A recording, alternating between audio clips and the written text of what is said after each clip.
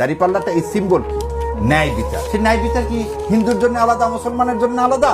ন্যায় বিচার সবার জন্য।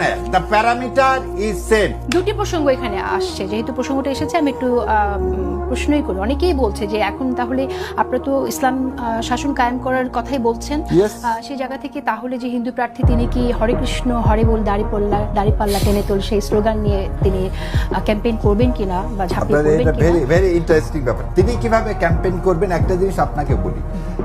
আপনি দুইটা জিনিস আমাকে উভয় সংকটে ফেলে দিলেন। যখন নিবন্ধনের জন্য আমার দলে গঠনতন্ত্র জমা দিলাম, তখন বললো তোমার মহিলা শাখা লাগবে, তোমার অন্য ধর্মাবলম্বীকে অ্যাড করতে হবে। কি জন্য? এটা ইনক্লুসিভ, না হলে তুমি এদেশে রাজনীতি করতে পারবে না।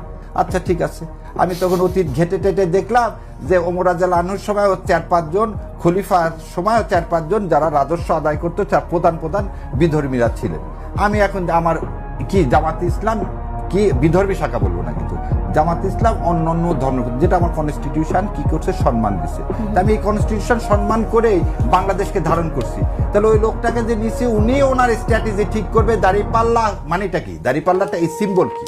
ন্যায় বিচার। সেই ন্যায় বিচার কি হিন্দুর জন্য আলাদা, মুসলমানের জন্য আলাদা? ন্যায় বিচার সবার জন্য। The parameter is same. আল্লাহ বলছে মিজান। মিজান মানে কি? ন্যায় বিচার। আর আল্লাহ হচ্ছে কি আমার আপনার, তাই ব্রহ্মা মানে